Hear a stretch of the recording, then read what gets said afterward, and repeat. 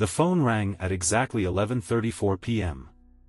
I stared at the ancient rotary device sitting on the desk in my bedroom. It wasn't just out of place, it shouldn't have worked. I'd picked it up at an estate sale last week as a novelty, an odd piece of decor to add a touch of retro charm to my otherwise modern apartment. The seller had laughed when I asked if it was functional. "Not unless you know how to wire it into the past," he joked. But now it was ringing. My cell phone sat silent on the nightstand, its screen glowing faintly with no new notifications. The rotary phone, on the other hand, buzzed with a persistent hum, the shrill ring cutting through the quiet. I hesitated, my hand hovering over the receiver. Finally, curiosity, or maybe some darker impulse, won out. I lifted it to my ear. "Hello?" I said, my voice unsteady. For a moment, all I heard was static, a crackling hiss that seemed to stretch endlessly. Then came a voice, faint and quivering, as though carried from a great distance. "Elliot, can you hear me?" My blood turned to ice. The voice was familiar, achingly so. It belonged to my grandmother, the woman who had practically raised me after my parents died. But she had been dead for nearly 2 decades. I gripped the phone tighter, my knuckles whitening. "Who is this?" I demanded, though I already knew the answer. "It's me, dear. Nana." My breath caught in my throat. "That's impossible. You're dead," she finished, her voice soft but steady. "I know, Elliot. But there's no time for explanations. You have to listen to me. Danger is closer than you think." "Danger? What are you talking about?" I whispered, glancing around my dimly lit bedroom as though the walls themselves were listening. "It's in your building," she said. "You're not safe. None of you are. You need to leave." "Wait!"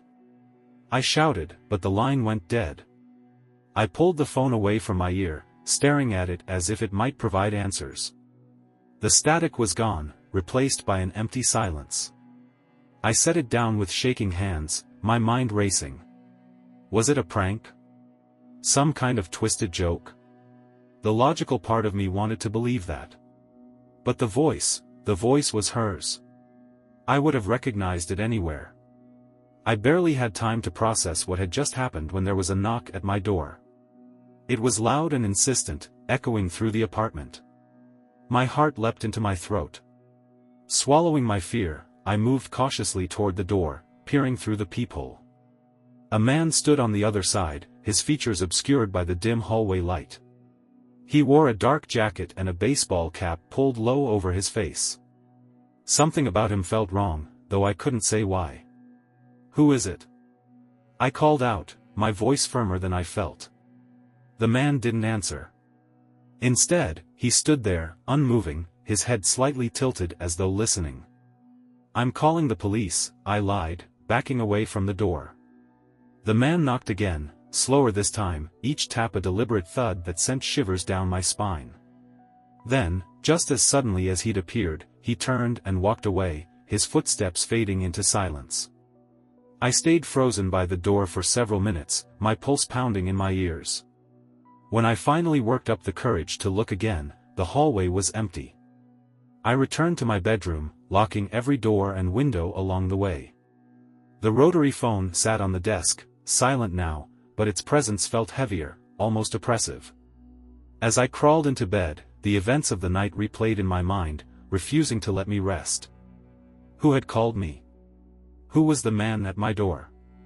And most importantly, what kind of danger was I really in?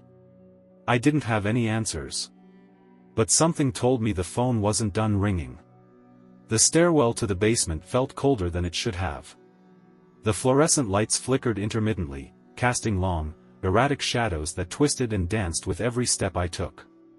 My flashlight beam swept across the walls, revealing layers of grime and peeling paint.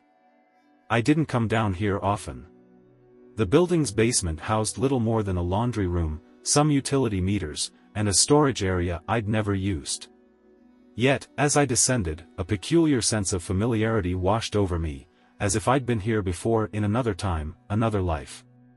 The air grew heavier the farther I went, carrying the faint tang of mildew and something else I couldn't place, something metallic, like old blood. I reached the bottom of the stairs and shined my flashlight around.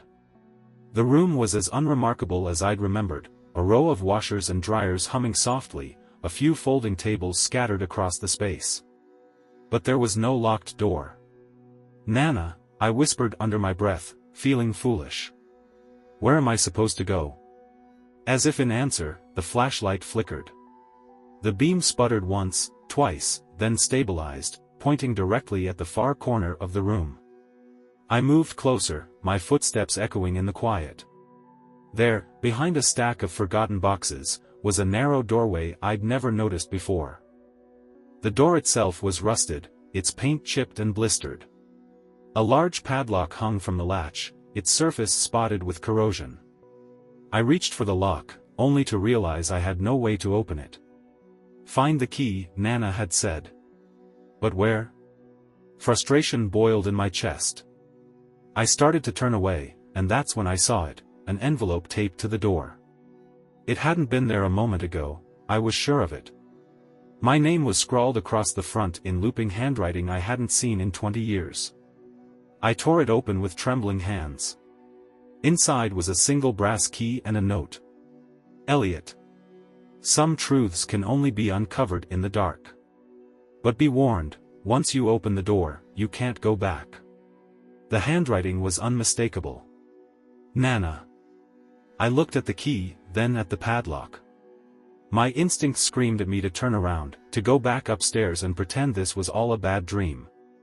But something stronger, a gnawing curiosity, or perhaps a sense of inevitability, kept me rooted in place.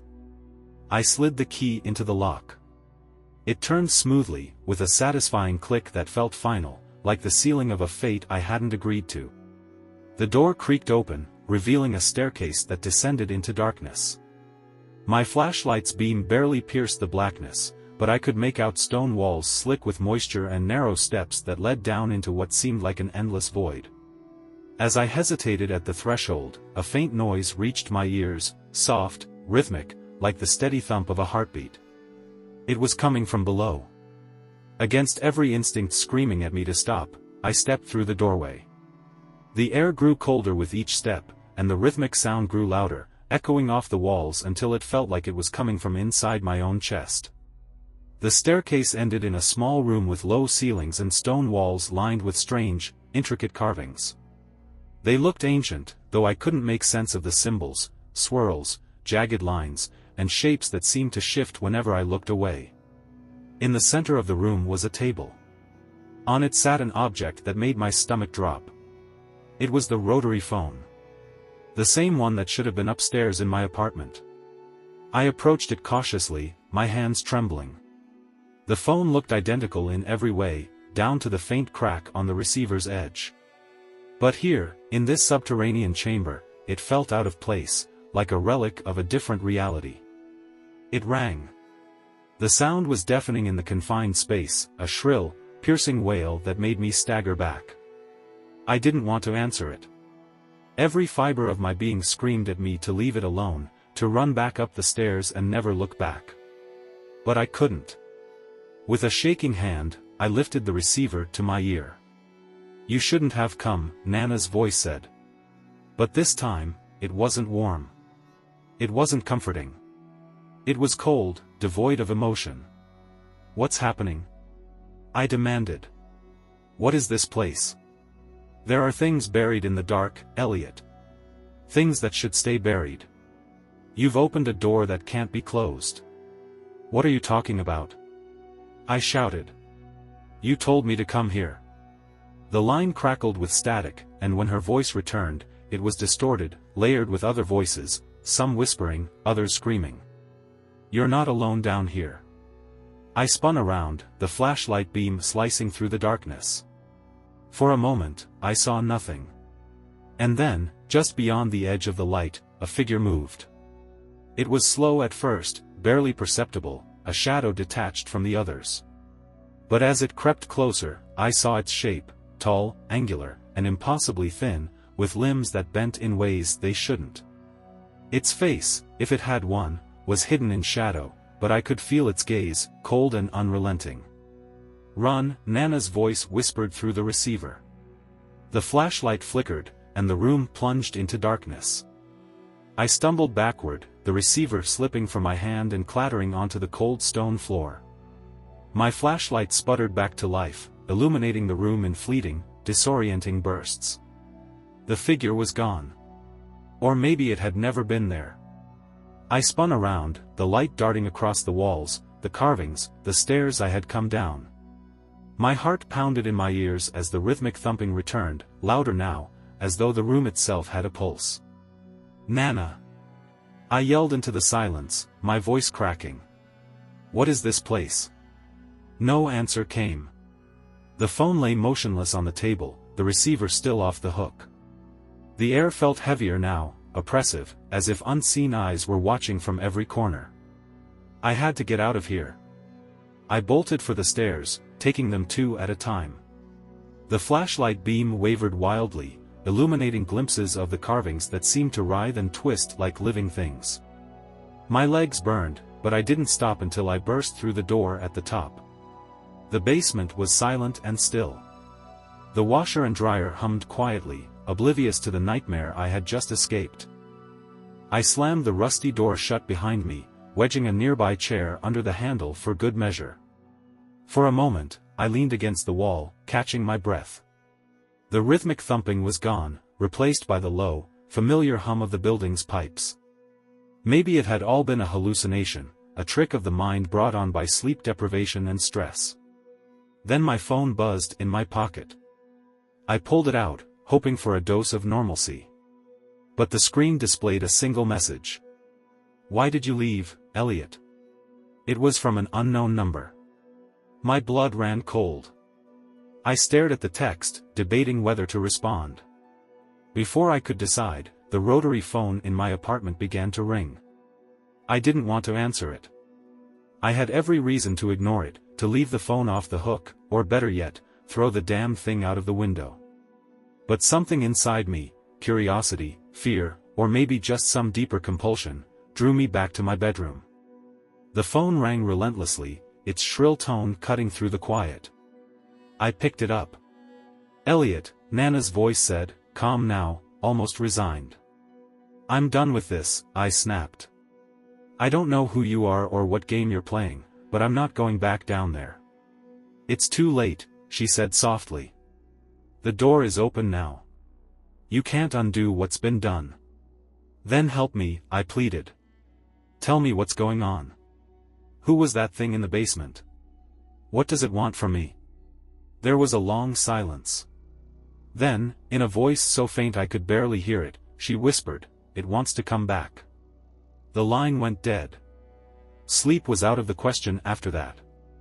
I sat at my desk, the rotary phone looming like a sentinel in the corner, and scoured the internet for answers. I searched for anything I could find about my building, its history, past tenants, local legends. But the deeper I dug, the stranger the stories became. According to old records, the building had been constructed in the 1920s and originally served as a boarding house. In 1946, a fire had gutted the upper floors, killing nearly a dozen residents. One of them was a man named Victor Hargrove, a recluse who lived in the basement. Rumors suggested Hargrove had been involved in strange rituals, occult ceremonies that some claimed were the cause of the fire. Witnesses reported seeing flickering lights and hearing unearthly sounds coming from the basement in the weeks leading up to the tragedy. And then there was the photograph. I found it buried in an old newspaper archive. The grainy image showed a group of firemen standing outside the charred remains of the building. In the background, faint but unmistakable, was a shadowy figure standing in the basement window. The caption read, "Unidentified figure seen in aftermath of boarding house fire, 1946. My stomach churned. The shape in the photograph looked disturbingly similar to the figure I had seen in the basement.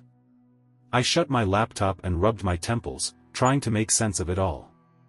Was the thing I saw Victor Hargrove? And if so, what did it want with me? The phone rang again, startling me so badly that I nearly fell out of my chair. I picked it up without hesitation. "Elliot," Nana said, her voice trembling. It's awake now. You've given it what it needs. What are you talking about? I snapped. What does it need? She hesitated. A way back. A way into this world. And, Elliot, you're the one who opened the door. My breath caught in my throat. Why me? I whispered. Why now? Because it's always been you, she said. This isn't the first time, Elliot. You've met it before. In another life. Another time. And every time, it's the same. Her words hit me like a physical blow. I don't understand, I said, my voice cracking. You will, she said softly. But it might be too late. Before I could respond, the line filled with static. Through the crackling noise, I heard something else, something faint but unmistakable. It was the rhythmic thumping, louder than ever, growing closer. And then I realized it wasn't coming from the phone. It was coming from the other side of my bedroom door. I froze, every muscle in my body locking up as the sound grew louder. The rhythmic thumping was steady, deliberate, and impossibly close. I turned toward the door, my breath catching in my throat. The doorknob rattled once, then went still. Nana, I whispered into the phone, though the line was already dead. The thumping stopped. For a long moment, there was silence. Then came a soft, scraping noise, something sharp being dragged across the wood of the door. My heart raced as I grabbed the heaviest thing within reach, an old lamp from my desk. Clutching it like a weapon, I moved toward the door, my footsteps soundless on the carpet. Who's there? I called, trying to keep my voice steady. No answer. The scraping stopped. Then, slowly, the doorknob began to turn. I didn't wait to see who, or what, was on the other side. I flung the door open, swinging the lamp wildly. The hallway was empty. My flashlight flickered in the corner where I'd left it, casting long shadows down the corridor. The air felt colder out here, the faint scent of damp stone lingering like a memory. And then I saw them, wet footprints trailing from my bedroom door, leading toward the stairwell. The footprints were large, too large to belong to anyone I knew, and they shimmered faintly in the light, as though whatever had left them wasn't entirely solid. I wanted to turn back, to lock myself in the room and pretend this wasn't happening. But some invisible force compelled me to follow. Gripping the flashlight tightly, I stepped into the hall. The footprints led me back to the basement door. The chair I'd wedged under the handle was gone, though I hadn't heard it move. The door itself stood slightly ajar, revealing the yawning darkness beyond. No, I whispered, shaking my head. I'm not going back down there. But as I turned to leave, the phone in my apartment began to ring again. The sound was shrill and unrelenting, echoing down the corridor like a siren. I knew what it meant. My hands trembled as I pushed the basement door open and descended the stairs. The rhythmic thumping returned, louder now, reverberating through the stone walls as though the building itself had a heartbeat. The carvings on the walls seemed to shimmer in the flashlight's glow, their lines shifting and writhing like living things. I didn't stop until I reached the room at the bottom. The rotary phone was still there, sitting on the table as if it had never left. It rang. I hesitated, my hand hovering over the receiver. Every instinct screamed at me to run, to leave this cursed place and never look back. But I couldn't. Something stronger, some unseen force, drew me forward. I picked up the receiver. Elliot, Nana's voice said, her tone urgent. It's here. What is? I whispered. It, she replied, her voice trembling. The thing you let out. The thing that's been waiting all these years. It's coming for you now. I didn't let anything out. I protested, my voice rising. I don't even know what's happening. You opened the door, she said. You gave it away back. And now, it wants more. The rhythmic thumping grew louder, more insistent. More of what? I demanded. Life, she said. Yours. The phone went dead. Before I could react, the light in the room dimmed. My flashlight flickered once, twice, then died completely, plunging me into total darkness. And in that darkness, I felt it. The air grew colder, heavier, as though the room itself were shrinking. A low, guttural sound echoed through the space, a growl, deep and primal, like the voice of something ancient and hungry. I stumbled backward, my hands fumbling for the stairs. The growl grew louder, joined by the sound of something moving, a slithering, scraping noise that seemed to come from everywhere at once. Then I saw them, two glowing eyes, piercing through the darkness like twin embers. They locked onto me, and for a moment, I couldn't move. I couldn't breathe. The thing stepped closer, its shape monstrous and indistinct, like a shadow that had taken on flesh. Its limbs were impossibly long, its movements jerky and unnatural, as though it were learning how to walk again. It reached for me, and I ran. I don't know how I made it back to the stairwell. My legs moved on their own, propelled by pure adrenaline and terror. The rhythmic thumping followed me, faster now, pounding in time with my racing heart. I burst through the basement door and slammed it shut behind me, throwing my weight against it as though that would keep the thing out. For a moment, there was silence. Then, faintly, I heard it, the sound of the rotary phone ringing again, muffled by the thick door. But this time, the sound wasn't coming from the basement. It was coming from the hallway behind me. The ringing phone echoed through the hallway, sharp and relentless. I turned slowly, my body heavy with dread. The rotary phone was there. It sat on a small table in the middle of the hallway, a table that hadn't been there moments ago. The phone's black surface gleamed under the weak light of the flickering bulb overhead, its dial glinting as though daring me to approach. It rang again, the sound reverberating through the air like a scream. My chest tightened as I stepped toward it, each footfall a battle against the instinct to flee. The hallway felt impossibly long, stretching and warping with every step I took. When I finally reached the table, my hands were shaking so violently I could barely lift the receiver. I forced myself to hold it to my ear. "You shouldn't have run," Nana's voice said, her tone colder than before. My voice cracked. I didn't know what else to do. "That thing, it was. It's not done with you," she interrupted. "You brought it back. You gave it away into this world. And now it won't stop until it's whole." "What does that mean?" I shouted, my fear bubbling over into anger. "What does it want from me?" The line crackled, her voice distorted. "It needs you. You're the key, Elliot. You've always been the key." "Why me?" "Because you were there."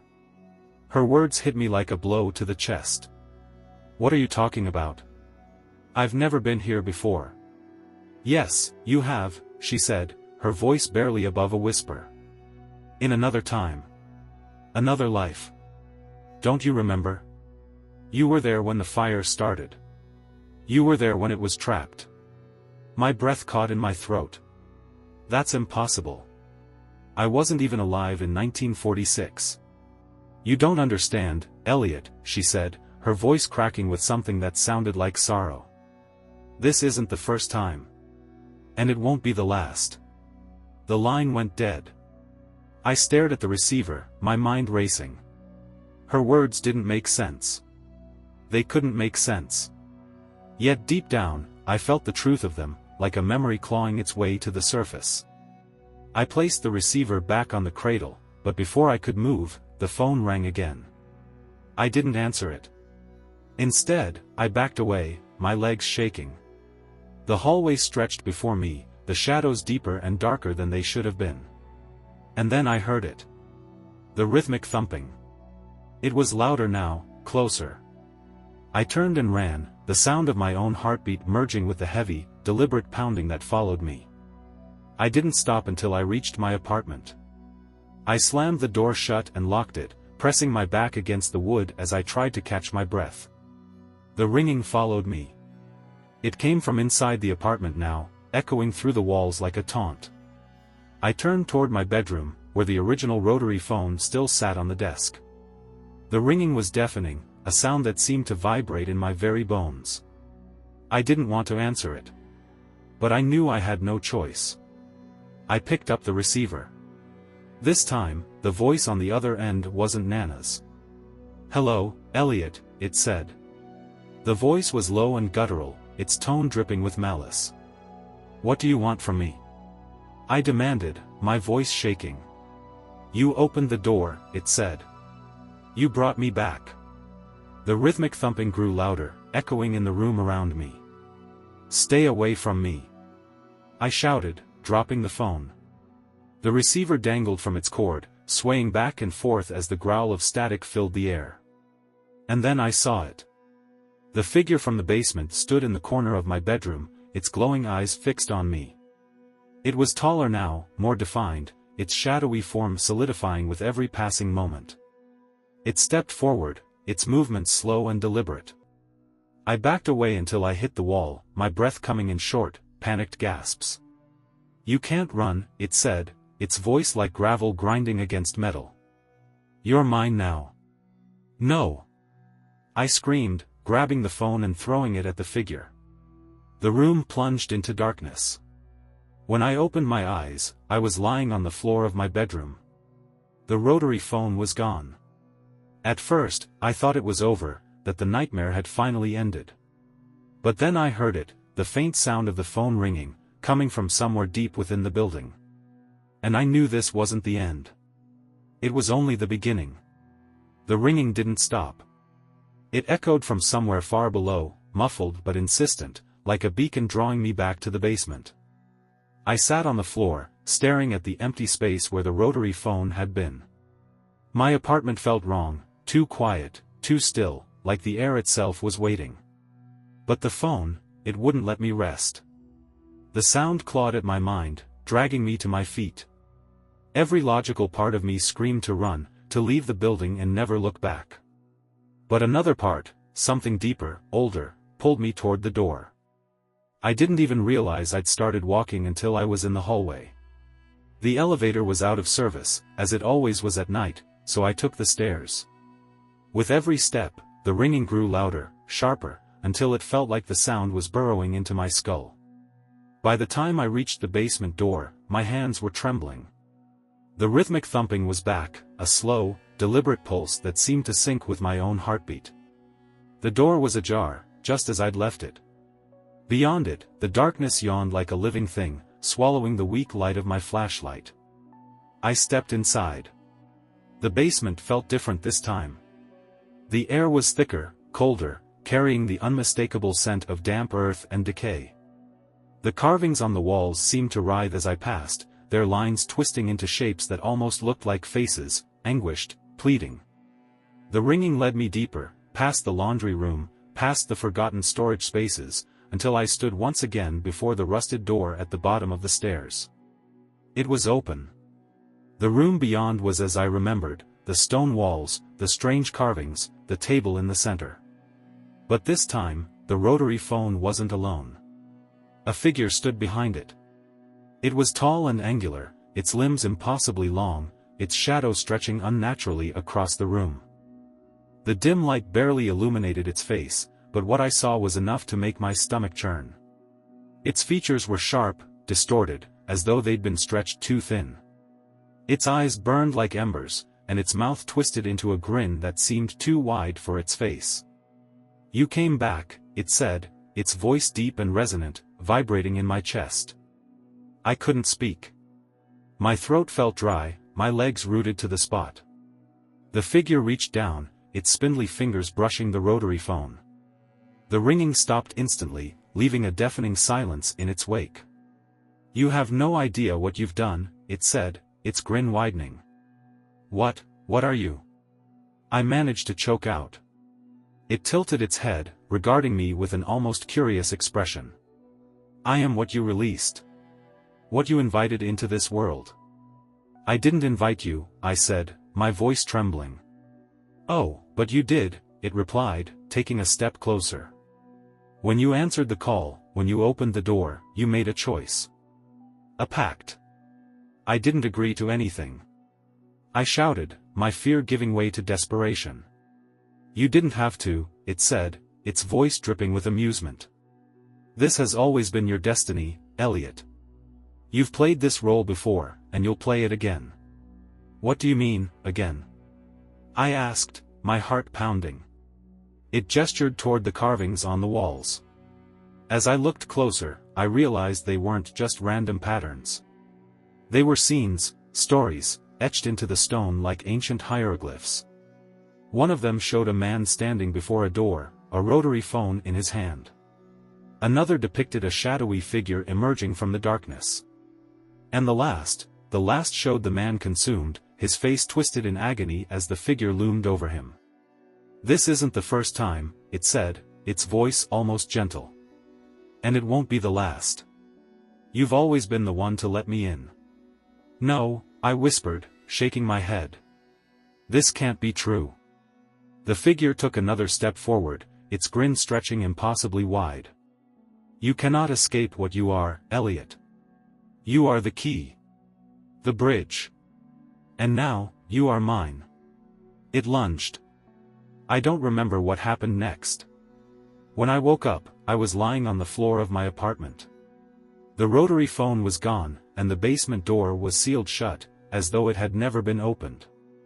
At first, I thought it was over, that the nightmare had ended. But then my cell phone buzzed on the nightstand. I picked it up, my hands trembling. The screen displayed a single text message from an unknown number. We'll speak again soon. I stared at the phone, my heart pounding. And then, faintly, from somewhere in the distance, I heard the sound of a rotary phone ringing.